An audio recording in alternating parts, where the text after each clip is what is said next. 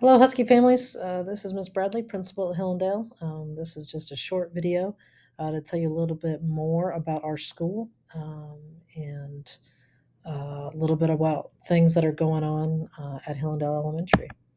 So first, I really want to talk about our Title I program. So we are considered a Title I school, and this is based on the percentage of students that are considered economically disadvantaged. Currently at Hillandale, we're between 65 and 69%.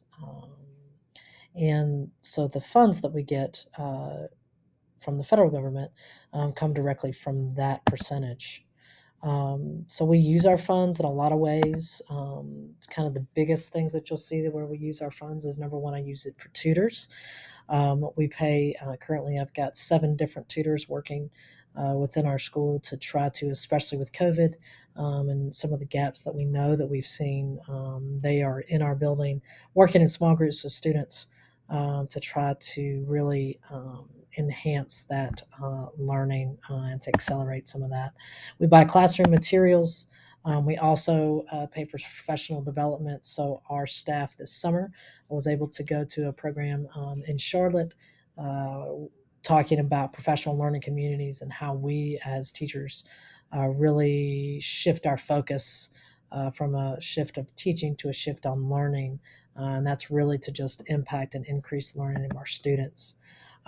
Also, we use that money to pay for teachers and teachers assistants. So currently, we pay for several staff members here on campus so that our students get. We pay for an arts position that is ensuring that our students get both art and music, which is phenomenal. We really want to broaden their experiences, and so we love to do that at school. We also pay for a fifth grade teacher. As well as a couple of assistants in ESL. So we pay for a number of salaries with that money. We also pay for technology. We, throughout our building, have several clear touch boards, and we'll continue to do increase and enhance our technology so that kids makes it a little bit easier for our kids uh, to just access their curriculum.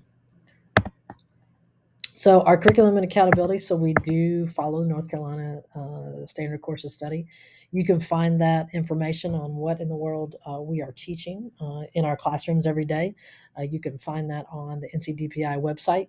You just put in NCDPI standard course of study, and you can find any and every subject on there in terms of what we, as a school, are required to teach. We also take several assessments.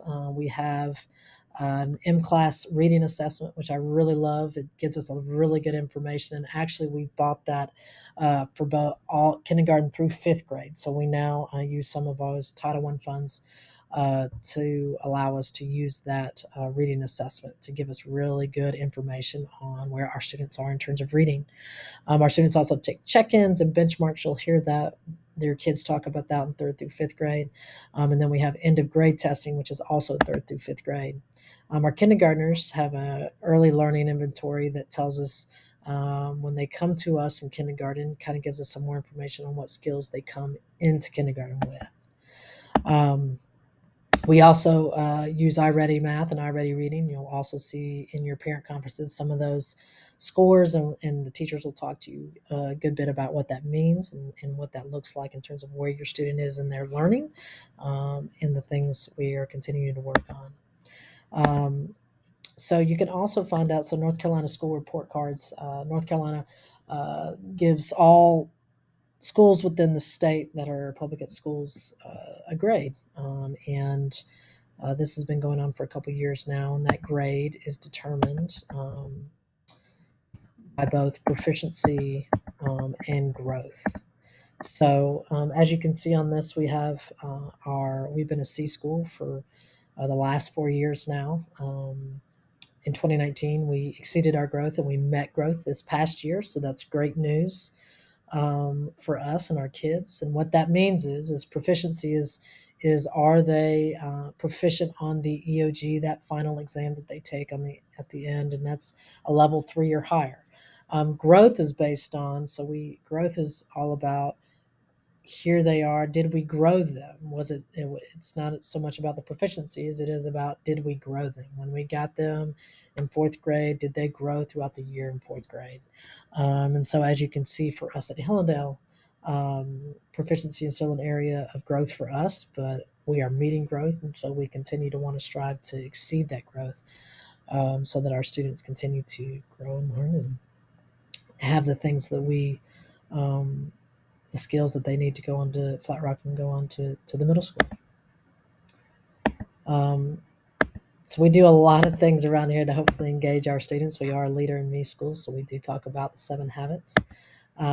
We have a lot of differentiated lessons. We use a curriculum called Letterland. So if you ever hear your kindergarten, first grade, and second graders talking about Dippy Duck or Clever Cat, it's a phonics program that is really amazing, and is really phenomenal in helping our students learn to read. Our kindergarten, first grade, second grade, and third grade are all doing intensive small group instruction and tutoring. That's where we brought our tutors in from a reading standpoint to ensure that our students are where they are need to be in reading, and that continues to be a focus of ours. And then as well as math, we're gonna next year. Our goal is to really focus in on our math skills and where our students are in that area as well. We also have an intervention enrichment time, and this is time for us to, if a kid's struggling, to work with that kid. If they're knocking out of the park, then we're also going to grow and enrich them as well. So some things for you, like how you can help your child, how you can just help partner with us. The biggest thing, especially when they are young, is read with your child. Um, and I know that that is tiring. I work in the school system. I'm an educator, and sometimes at night it is very difficult for me to pull a book out and read with my daughter because sometimes she does not want to do that. But I cannot tell you how important that is from a literacy and building that vocabulary, building those skills that your kid is going to need for the rest of their life. So read with your child every day. And I think just again staying connected and communicating with us. I welcome phone calls, emails, reaching out. We want to communicate with our parents. So if there's a concern, or if there's just some great things going on, or if there's just you just want to connect, please do. You can use the Power School Parent Portal, and if you need to know how to use that when you come for your parent conference, we can help get you set up on that so you know. And then we've got several parent and family involvement opportunities for you to be a part of. So I'll talk about that in a minute. Um, so some other things that you can do to help your child: attendance. And I know attendance has been really spotty because of COVID and the things that, quarantining and all these things. So, coming into this year as a normal year, like being present at school is the first step. Like just having your child here is vital to your child excelling. And so just being here, like we want them to be here. And I know there are things at home. I know there are things going on. I know, especially right now, the flu's been going on. But your child being here is the first step in their education. Missing more than 10%, the research tells us, is going to really affect their learning. So if, missing, it's 180 days, and so 10% of that is 18 days. And so we really, it's really important that they show up.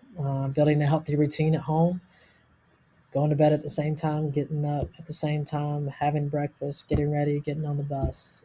Just that healthy routine every night and every morning is really important.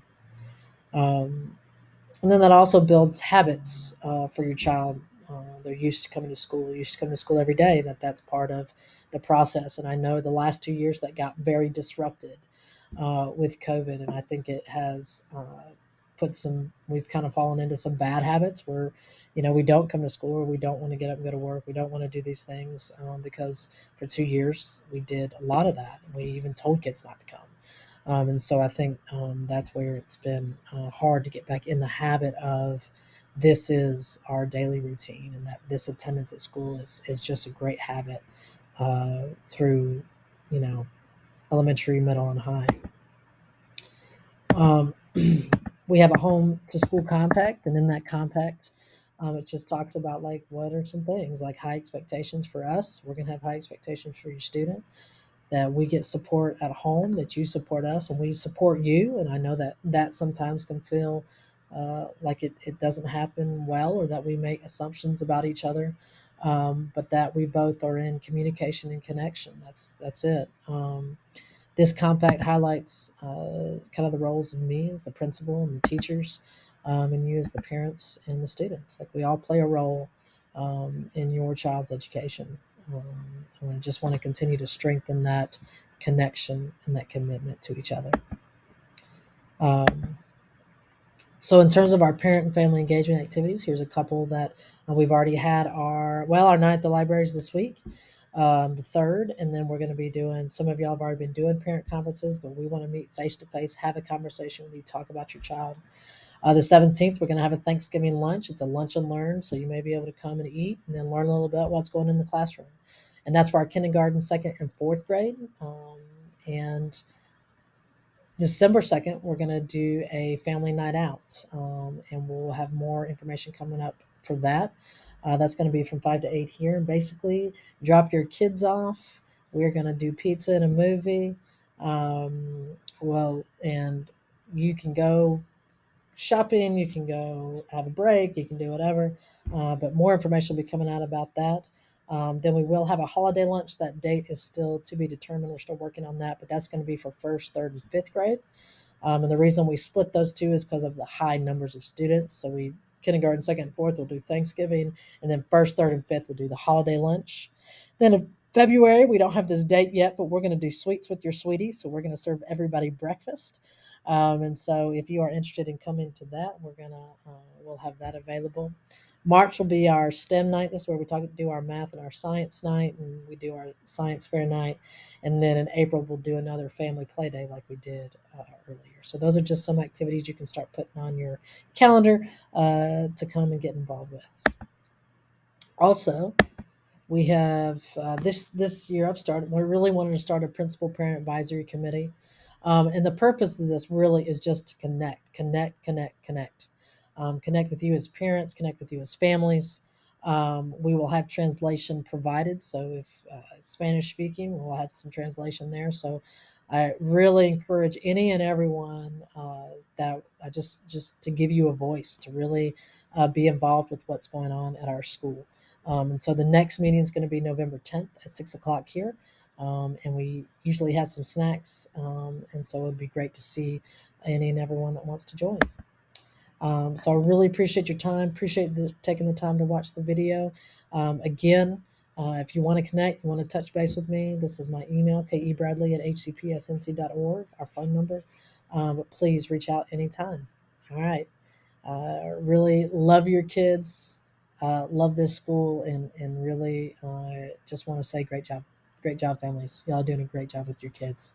So go Huskies, and Bradley out.